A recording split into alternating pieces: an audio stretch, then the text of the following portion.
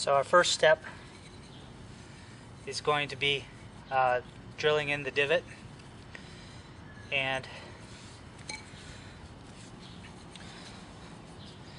going to string the drill. So the way I do this, I've got my bow and I've got my drill in my left hand. Put it through once, twist, and give it a turn. And there we go. I'll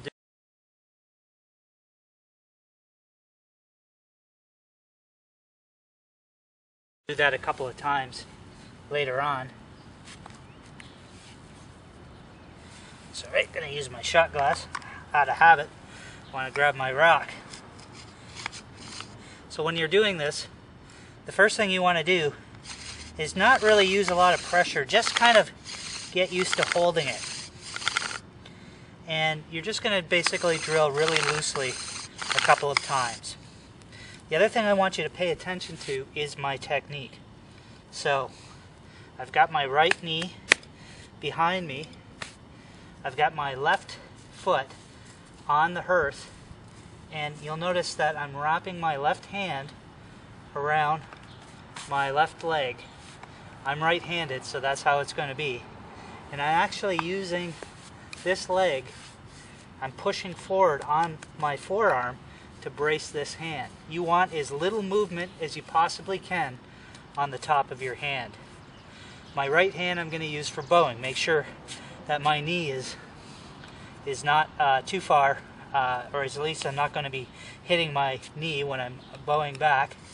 And when you're bowing, you want to use as much of the bow as you possibly can.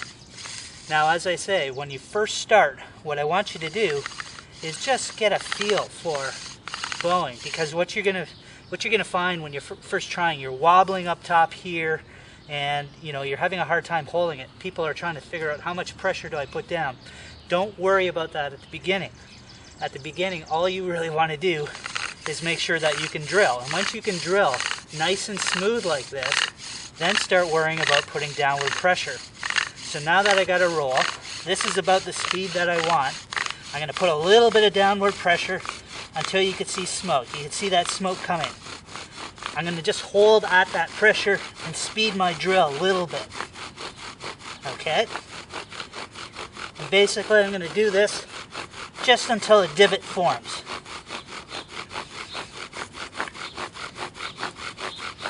So that's good. I went a little bit too deep there, trying to demonstrate the technique. And I'm going to get a close-up of the divot and my drill head on a picture. So the next step is carving out your notch. And this is a pretty critical piece. Now the basic aspect for the notch carving is that we want about 1/8 of a pie slice as part of your notch. If you carve your notch too large, what's going to happen is your spindle's going to kick out. And if you carve your notch too small, you won't have enough oxygen circulating. Okay, so again, one of the things that I like to do is sort of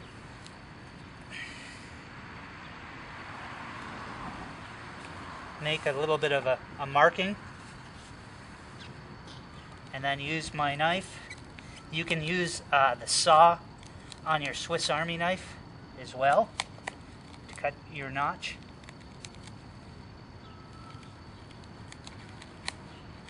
Really, it doesn't matter what tool you use. Some people like using a knife, some people like using a saw.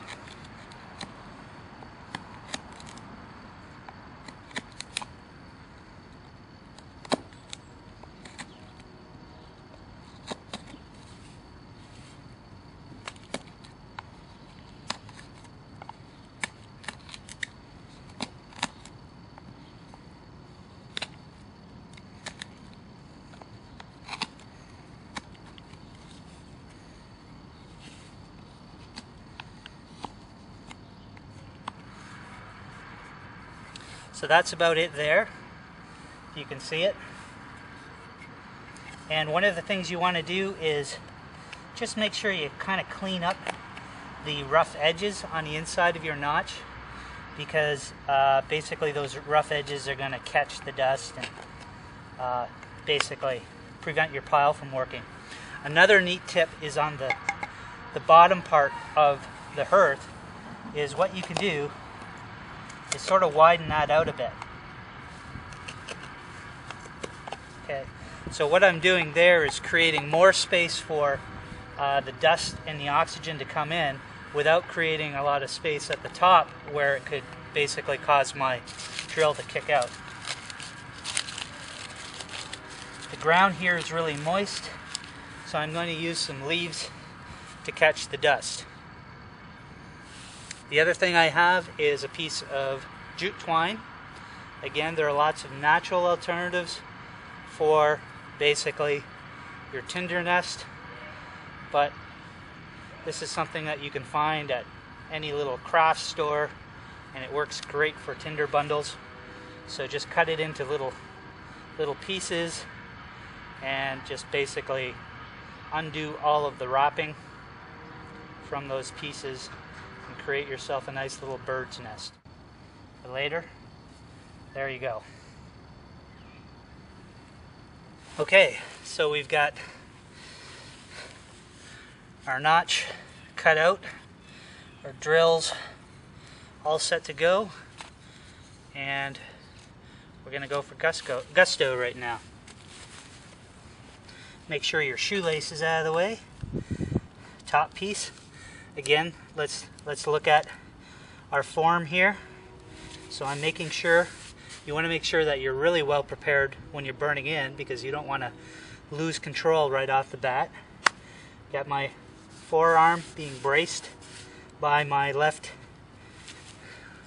leg, back leg, and I want to be able to push my leg in to help my forearm if I need some extra work.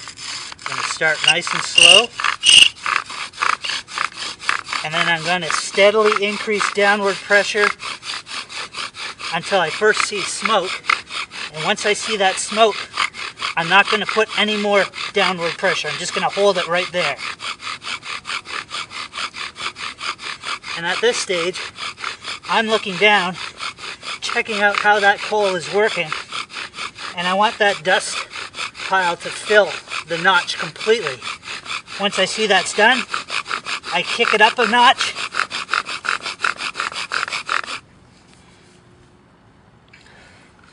very carefully release the spindle,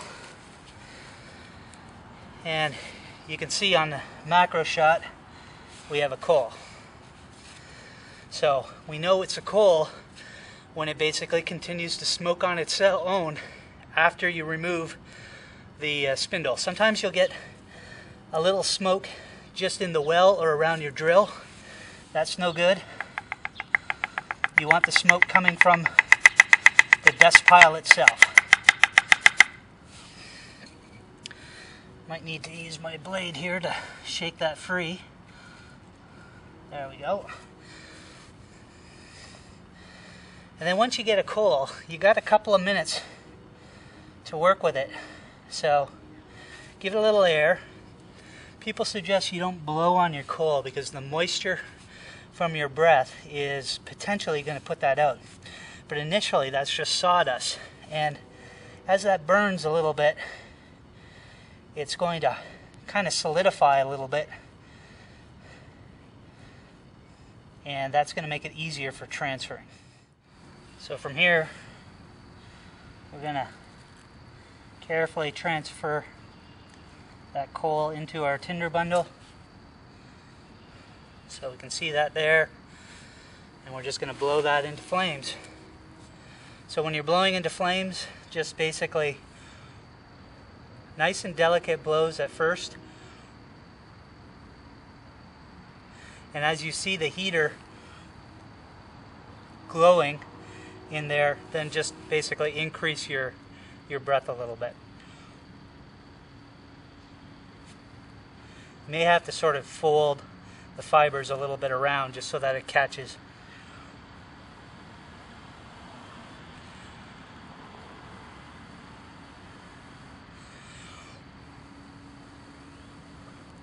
There we go. Bowdrill 101. Now it's your turn.